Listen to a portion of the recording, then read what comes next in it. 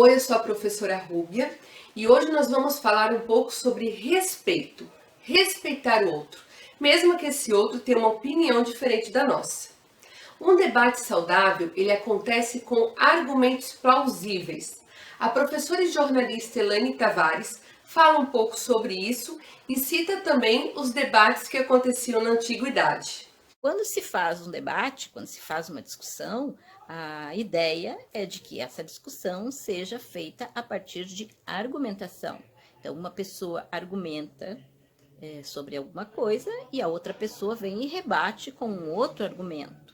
Isso é um debate sério, um debate crítico, em que as pessoas estão procurando cada uma aprender. E não significa que as pessoas tenham que ter pensamentos iguais, mas elas têm que debater a partir de argumentos e não de opinião.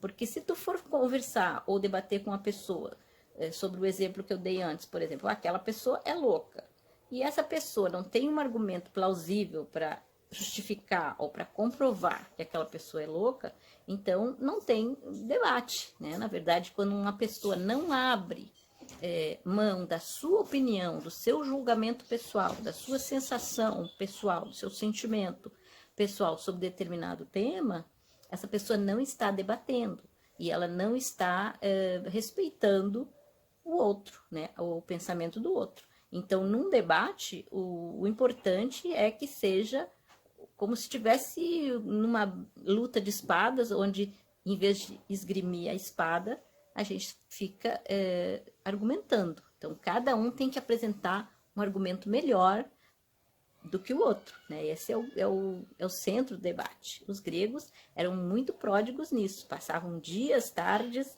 noites discutindo, sendo que um apresentava um argumento e o outro rebatia o argumento, mas sempre embasado, né, com fundamentação. Quando uma pessoa vai discutir e vai apenas com a sua opinião, então aí o debate não se realiza. Então, nesse sentido, o respeito dentro de um debate é fundamental. Se a gente for ler os textos antigos dos grandes debates, a gente vai ver que ninguém brigava, apenas um tentava suplantar o outro com um argumento melhor. E essa é a melhor forma da gente debater. Quando falamos em opiniões ou discussões, logo vem à mente as redes sociais. Infelizmente, em alguns momentos, algumas pessoas usam essas mídias até para mostrarem seus preconceitos. Outros expõem suas opiniões de maneira agressiva, sem nem mesmo argumentar para sustentar o seu ponto de vista. O professor Luiz Cláudio da Silva e a professora Micaela Roberto falam um pouco sobre essas situações. O que a gente vê hoje em dia é que opinião todo mundo tem sobre todos os temas, todo mundo gosta de dar sua opinião, só que muitas vezes as pessoas não conseguem defender essa opinião. Eu vejo em redes sociais discussões, um emite uma opinião, o outro uma opinião diferente, aí um começa a argumentar, o outro não consegue, começa a tentar desfazer da opinião do outro, até aí tudo bem se argumentasse, né? Só que não consegue argumentar isso também, começa a atacar a pessoa. E quando começa a atacar a pessoa, aí vira briga, vira uma discussão que não é legal, não é saudável. Eu vejo muitas pessoas perdendo sono por causa de discussão em redes sociais. Eu falo por mim mesmo, muitas vezes a gente, em vez de escutar, já está preparando a resposta, o que vai falar depois.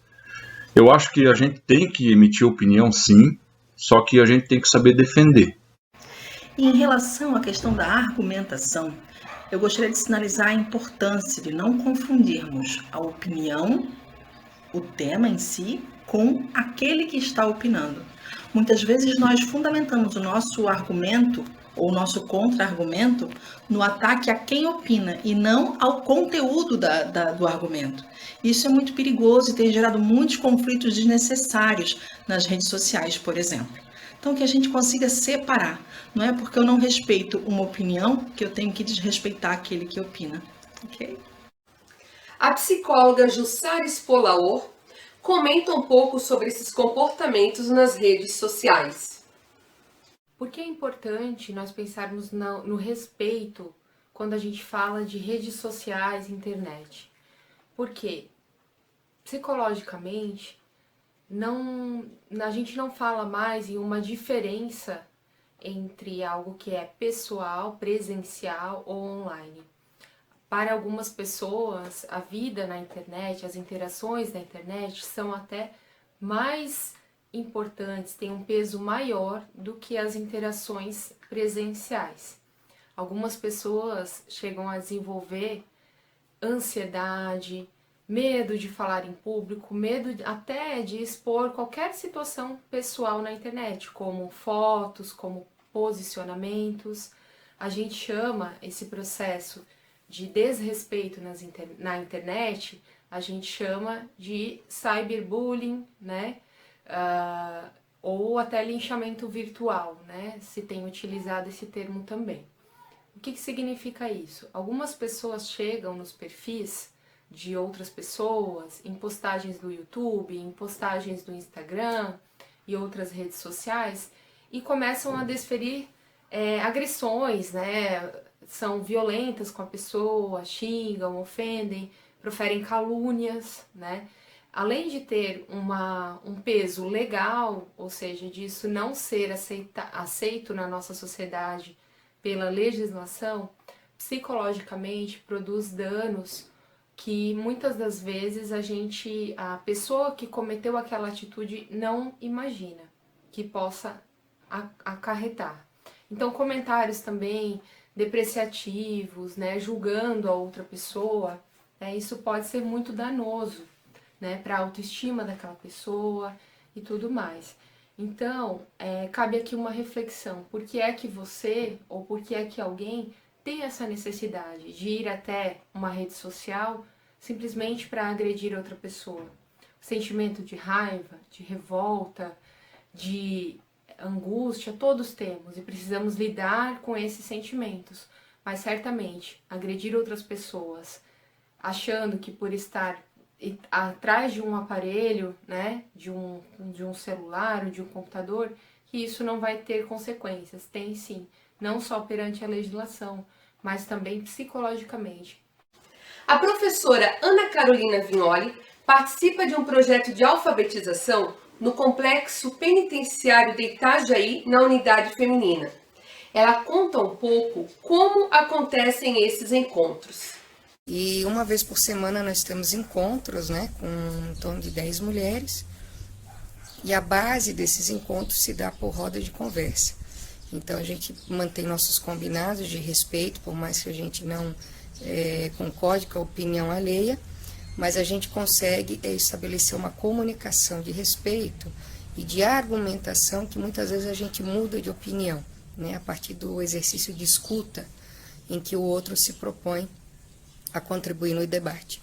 Então, acho que essa etapa de argumentação é fundamental para esse trabalho de educação de jovens e adultos e até a mudança de postura, né? A gente trabalha várias habilidades aí, escuta, né, respeito, eu acho que é fundamental. Uma sala de aula é como se fosse uma mini sociedade.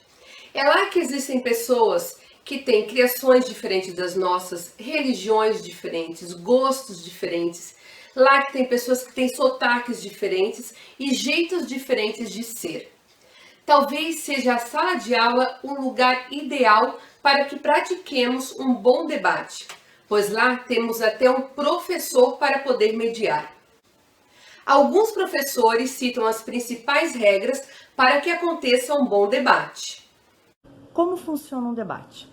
Primeiro tem a pessoa que vai ser o mediador, que vai dar o conteúdo, o assunto que vai acontecer no debate, vai determinar o número de pessoas que vão participar desse debate. Depois, independente do assunto, cada pessoa que vai falar, ela vai ter seu tempo para falar durante o debate e a importância de ouvir no debate. Por quê? Porque eu não posso xingar, eu não posso dizer que eu não aceito a opinião do outro. Então, eu tenho que ouvir e também vou ter o meu tempo para falar aquilo que eu penso sobre aquele assunto. Eu acho que para acontecer um bom debate, a gente pode criar inúmeras regras, né?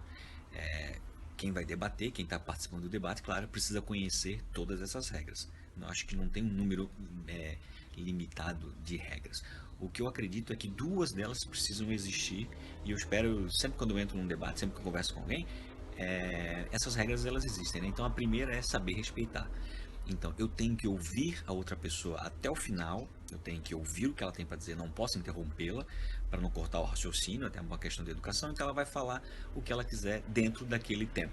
Depois que ela terminar de falar, aí sou eu que falo. Então eu falando com essa pessoa também preciso ser educado, eu não preciso levantar a voz, eu não preciso xingar a pessoa, eu não preciso ridicularizá-la de qualquer maneira, eu tenho que falar sobre os meus argumentos, eu tenho que falar sobre a questão do debate, eu tenho que falar sobre o assunto que está sendo debatido. Então acho que essas 2 são as regras mais importantes. Ouvir o colega e respeitar o momento de fala.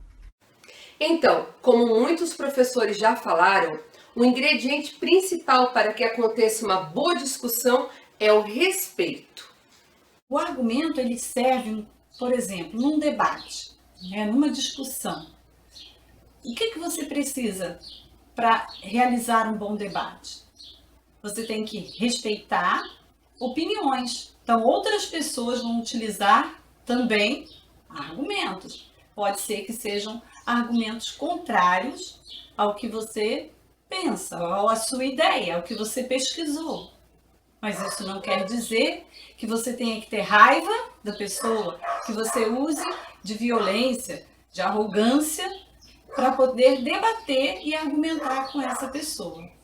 Então, saber argumentar exige algumas regras. E a principal delas é o respeito à diferença de ponto de vista das pessoas. Essa compreensão a gente tem que ter clara. Outra coisa que eu quero deixar claro para vocês aqui é que a opinião pode ser atacada, o argumento pode ser atacado, o argumento pode ser refutado, a gente pode discordar do que outra pessoa está dizendo. O que a gente não pode fazer é ofender a outra pessoa, não é? Eu chamar a pessoa de feia, chamar a pessoa de boba, chamar a pessoa de burra, não vai fazer com que o argumento dela seja invalidado, ou falar que aquela pessoa gosta de tal cor, ou dizer que aquela pessoa se veste de tal maneira, tem um cabelo assim, tem um cabelo assado, não vai mudar o argumento. O que importa é o que a pessoa está dizendo, como é que essa pessoa chegou a determinada conclusão, não é? Como, por exemplo, eu gosto de determinadas bandas que meus amigos não gostam, não é? Eu não vou ofender o meu amigo, não vou dizer para ele que ele é menos inteligente do que eu por gostar de determinada banda. Eu vou mostrar para eles por que aquela banda que ele gosta para mim não serve, pautada em argumentos, né? E por que eu acho que ele deveria curtir outro tipo de música, beleza? A regra é, um dá um argumento e outro dá um outro argumento. Então, sempre um debatedor apresenta as suas justificativas e o outro apresenta a sua, sem briga, sem grito, sem nenhum tipo de confusão, porque senão não é uma discussão séria, né? Aí tem uma briga, né? Quando uma pessoa coloca a sua opinião pessoal ou que não quer deixar o outro falar. Então, num debate, o mais importante é o respeito e, fundamentalmente, o desejo de suplantar o outro no seu argumento. Então, é um jogo de argumentos, é, na verdade, um grande jogo, né? Mas um jogo aqui, ó, da inteligência, do intelecto, onde cada um vai buscar nos seus conhecimentos, né, na sua experiência de vida, elementos que venham a comprovar aquela afirmação que a pessoa está falando. Então, a regra básica de um debate é o respeito e a busca por uma argumentação cada vez melhor. O professor de História, Daniel Vasconcelos, cita algumas das habilidades que um debate pode desenvolver. O debate ele é muito importante, principalmente no ponto de vista pedagógico. Quando a gente coloca um aluno para defender uma argumentação, para defender uma ideia, o aluno ele vai se expor.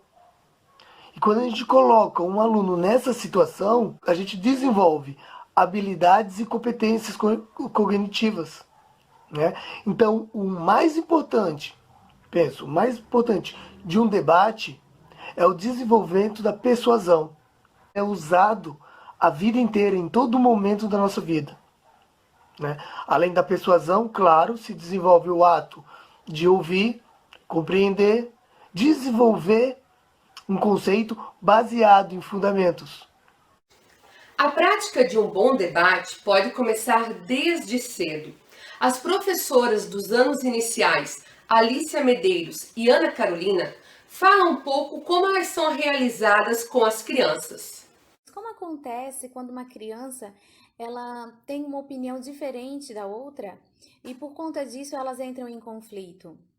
Quando eu faço uma intervenção numa situação assim, onde existe um tom de agressividade, de ofensa, normalmente através do diálogo, a gente consegue conversar com a criança e se colocar na condição do outro. Ao mesmo tempo que a criança, ela reage àquela atitude muitas vezes com agressividade, quando ela inverte a situação, ela também pacifica, ela consegue respeitar e ponderar aquela atitude. Então, isso leva ao caminho da amizade e do perdão, e do bom convívio, com certeza. Atuo com crianças de 8 a 9 anos, e o debate, a argumentação, as rodas de conversa fazem parte do nosso cotidiano pedagógico, né? Nós concebemos em conjunto alguns combinados, e assim que a gente propõe temas sobre algum assunto, nós abrimos essa etapa de escuta e fala dessas crianças, né? Então é muito importante que cada um levante a mão, respeite o seu momento para falar, argumentar, né? Assim como também ter esse momento de escuta, né? Porque muitas vezes num debate a gente pouco ouve, né? Que é sempre dar a nossa versão. Então, desde os pequenos, a gente tenta já criar essa prática, essa rotina de debate, de argumentação, no nosso próprio cotidiano, de coisas que fazem parte da vida dessas crianças, né?